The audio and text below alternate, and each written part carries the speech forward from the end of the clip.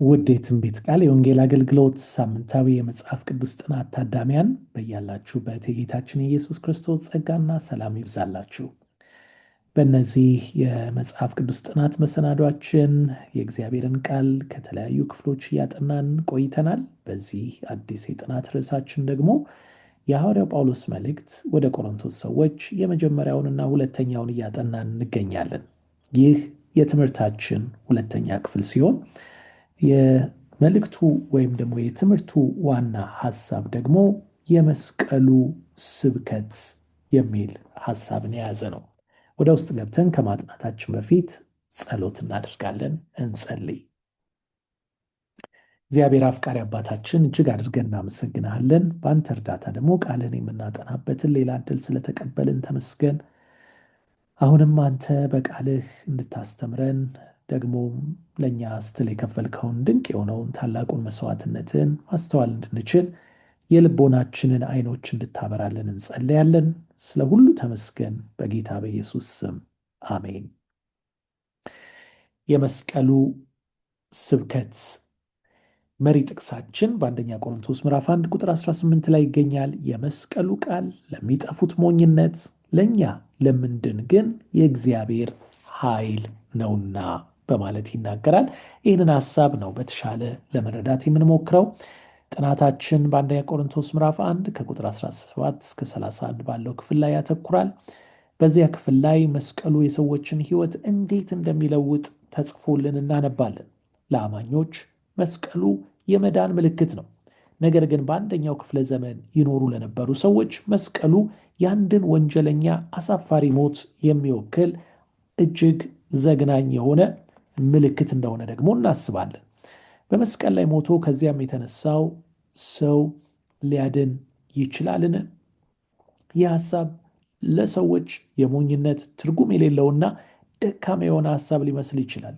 እንዴት ሰው በመስቀል ላይ ሞቶ ከዚያ ደግሞ ተነስቶ ያድናል እንላለን የሚለውን ጥያቄ ይፈጥራል። ነገር ግን ለመንፈስ ቅዱስ ጥሪ ልባችንን ለከፈት ነው መስቀሉ በእርግጥም የእግዚአብሔር ኃይል፣ ጥበብና ጽድቅ፣ ቅድስና፣ ቤዛነትም የተገለጠበት ሆኖ እናገኘዋለን።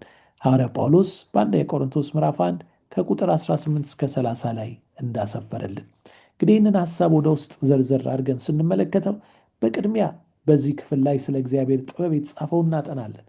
ቀጥለን ደግሞ የመስቀሉ እብደት ብለን ልናስብ የምንችለውን እጅግ ለሰው አእምሮ የሚከብደውን ሐሳብ እንመለከትና በዛ ውስጥ ግን እንዴት የእግዚአብሔር ኃይል እንደተገለጠ እናያለን።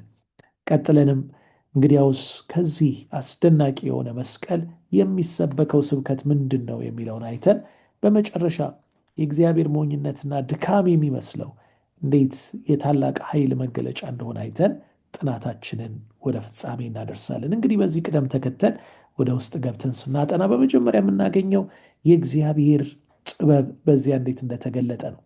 በአንደኛ ቆሮንቶስ ምዕራፍ 1 ቁጥር 24 ላይ ለተጠሩት ግን ይላል አይሁድ ቢሆኑ የግሪክ ሰዎችም ቢሆኑ የእግዚአብሔር ኃይልና የእግዚአብሔር ጥበብ የሆነው ክርስቶስ ኢየሱስ ነው በማለት ይናገራል። በእርግጥም ጌታችን ኢየሱስ ክርስቶስ እርሱ የእግዚአብሔር ኃይል ደግሞ የእግዚአብሔር ጥበብ እንደተባለ እዚህ ጋር ልብ እንላለን። ጳውሎስ በአቴና ጠቢባን ሰዎችን ያሳምን ዘንድ የሰውን ጥበብ ለመጠቀም ሞክሮ እንደነበር እናነባለን። ከዚያን ጊዜ አንስቶ ግን መለኮታዊ ጥበብን ብቻ ለመጠቀም እንደወሰነም ለራሱ ይናገራል። እግዚአብሔር መልእክቱን እንዲሰብክ የላከው የክርስቶስ መስቀል ከንቱ እንዳይሆን በቃል ጥበብ አይደለም በማለትም የሚናገረን ለዚህ ነው። በአንደኛ ቆሮንቶስ ምዕራፍ 1 ቁጥር 17 በጳውሎስ የተሰበከው መለኮታዊ ጥበብ ምንድን ነው ያለን እንደሆነ የእግዚአብሔር ጥበብ የጠቢባን ጥበብን የሚያፈርስ የአስተዋዮችንም ማስተዋል የሚጥል ጥበብ ሆኖ እናገኘዋለን።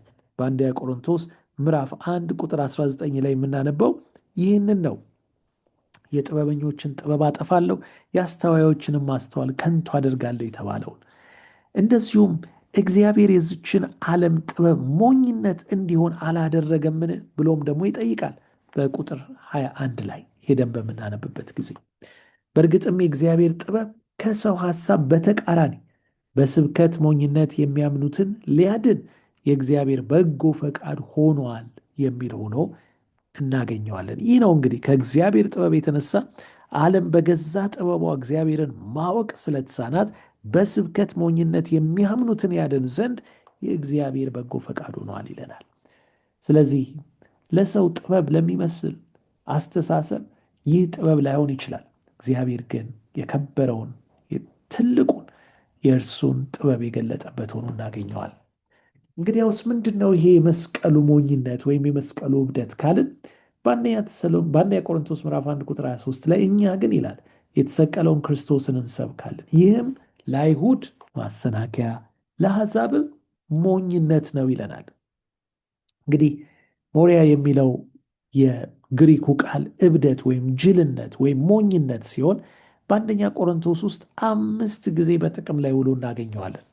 በመጀመሪያ በቁጥር 18 ላይ የመስቀሉ ቃል ለሚጠፉት ሞኝነት፣ ለእኛ ለምንድን ግን የእግዚአብሔር ኃይል ነው ብሎ የመጀመሪያው ሞኝነት ያሳየናል። ሁለተኛው ደግሞ በስብከት ሞኝነት የሚያምኑትን ሊያድን የእግዚአብሔር በጎ ፈቃድ ሆኗል በማለት ሁለተኛውን ሞኝነት ያሳየናል። ሦስተኛው ደግሞ እኛ ግን የተሰቀለውን ክርስቶስን እንሰብካለን፣ ይህም ለአሕዛብ ሞኝነት ነው ብሎ ይናገራል። በአራተኛ ደረጃ ደግሞ ለፍጥረታዊው ሰው የእግዚአብሔር መንፈስ ነገር ሞኝነት ነውና አይቀበለውም ይላል። በመጨረሻም የዚች ዓለም ጥበብ በእግዚአብሔር ፊት ሞኝነት ነው በማለት 5 ጊዜ ሞሪያ ወይም ደግሞ ሞኝነት የሚለው ቃል ጥቅም ላይ ሆኖ እናገኘዋለን በዚህ በአንደኛ ቆሮንቶስ ምዕራፍ 1 ላይ። በእርግጥም መስቀሉ ለሚጠፉት ሞኝነት ነው። እነዚህ እግዚአብሔርን የማያውቁት አሕዛብ ስለ ዓለም ብቻ የሚያስቡ በራሳቸው ጥበብ ብቻ የሚመሩ ናቸው። ለእነሱ የእግዚአብሔር ነገር አይገባቸውም። ነገር ግን መስቀሉ ለዳኑት በረከት ነው። ለእነዚህም መስቀሉን እግዚአብሔር ባየበት መንገድ የተመለከቱት ናቸውና በዛ ውስጥ ያለውን የእሱን የማዳን ዕቅድ ይረዳሉ። ስለዚህ ለማን ነው ሞኝነት የሆነው መስቀሉ ካልን እዚህ ጋር በግልጽ እንደተቀመጠልን የእግዚአብሔርን ሐሳብ ለመቀበልና የራሳቸውን ሐሳብ ወደ ጎን ለመተው ላልፈለጉት ለእነሱ በእርግጥም ፌዝ ነው፣ ቀልድ ነው፣ ሞኝነት ነው፣ እብደት ነው። ነገር ግን የእግዚአብሔርን ሐሳብ ለመቀበል ልባቸውን ለእሱ ከፍተው ለሰጡት ግን በእርግጥም መስቀሉ እጅግ አስደናቂ የሆነው የእግዚአብሔር ኃይል የተገለጠበት ሆኖ እናገኘዋለን።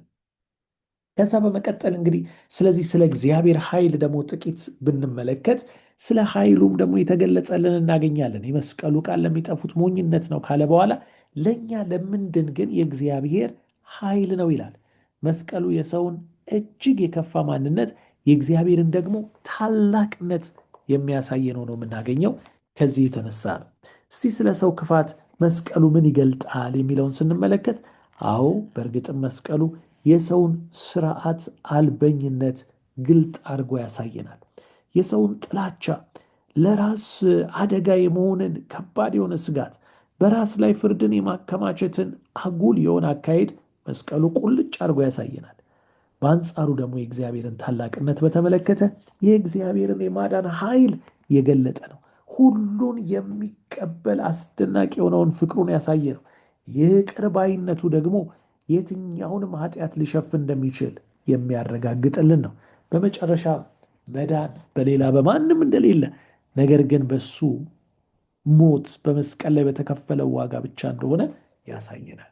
በእርግጥም መስቀሉን የማይቀበሉ ሰዎች የክፉ ስራቸውን ውጤት ያጭዳሉ። በመጨረሻ ባልተቀበሉት በእርሱ የሚጠፉ ይሆናሉ።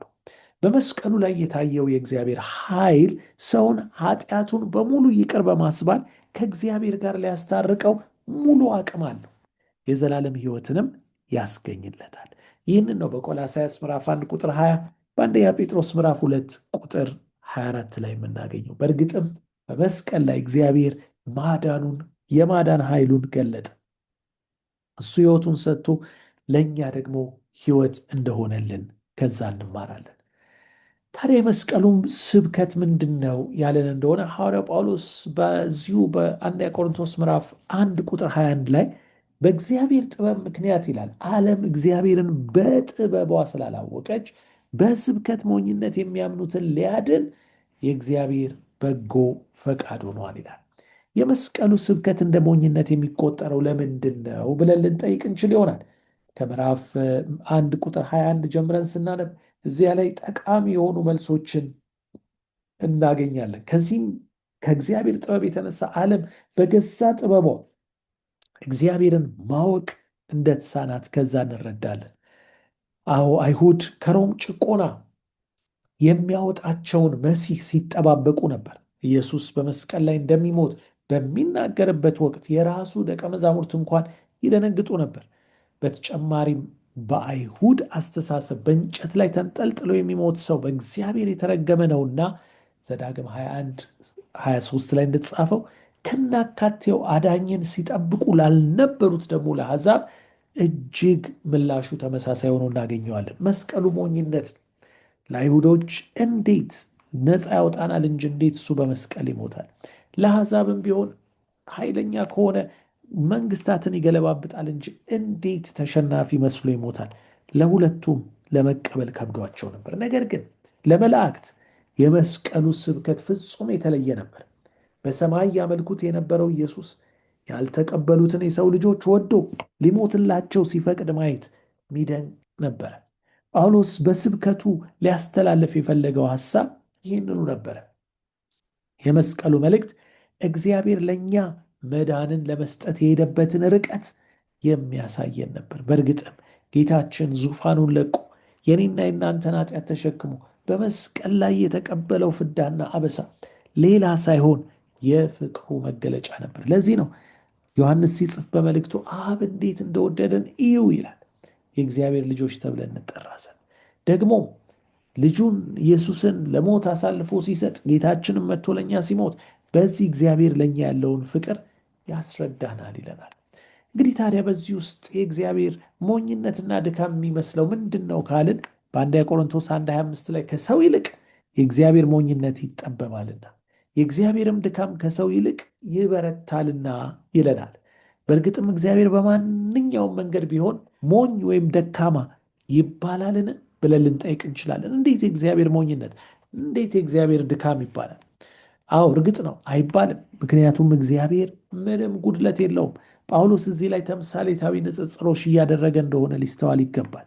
እግዚአብሔር የሞኝነት ሐሳብ ቢኖረው ከሰው እጅግ ጠቢብ ከሆነው ሐሳብ ይልቅ ጥበበኛ ይሆናል እያለ ነው። ወይም እግዚአብሔር ደካማ ሙግት ቢኖረው እጅግ ብርቱ ከሚባሉት የሰው ሙግቶች ሁሉ ይልቅ የበረታ ነው እያለን ነው። ስለዚህ እግዚአብሔር ደካማ ነው ወይም እግዚአብሔር ሞኝ ነው እያለን ሳይሆን ሞኝ እንኳን የሚመስል ነገር እግዚአብሔር አድርጎ ቢሆን ቢያሳይ የእሱ ሞኝነት የሚመስለው ነገር ከሰው ጥበብ እጅግ ይልቅ የበረታ ነው እያለ እንደሆነ ከዚህ እንረዳለን። እጅግ ጠቢባን ከሚባሉ ሰዎች የተሰበሰበው ጥበብ እንኳን ለሰው ልጆች የመዳንን ዕቅድ ሊያዘጋጅ አይችልም። በመስቀል ላይ በቀረበው የኢየሱስ መስዋዕትነት ኃይል በኩል ለሚድኑት ለሚያምኑትና ለተጠሩት እግዚአብሔር ብቻ ቤዛነትን ሊሰጥ እንደሚችል ከዚህ እንረዳለን። አዎ እነሱ ናቸው የተጠሩት፣ የሚያምኑት፣ የሚድኑት እነሱ ናቸው። ለእነሱ እግዚአብሔር ቤዛነትን እንደሚሰጥ ይናገራል። ለመንፈስ ቅዱስ ጥሪ ምላሽ በመስጠት በኢየሱስ የሚያምኑት ብቻ እንደሚድኑ ከዚህ ማስተዋል እንችላለን ማለት ነው።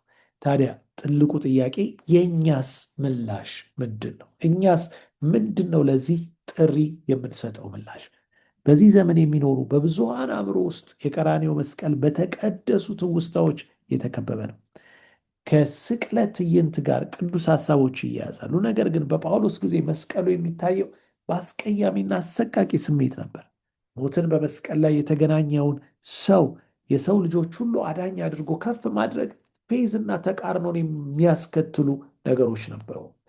መስቀሉን ከሰው ዘር መክበር ወይም ከሰው ልጅ መዳን ጋር በምንም አይነት መንገድ ለማገናኘት መሞከሩ ሰዎች ደካማ አስተሳሰብ እንዳለው እንዲያስቡ ያደርገው ነበር።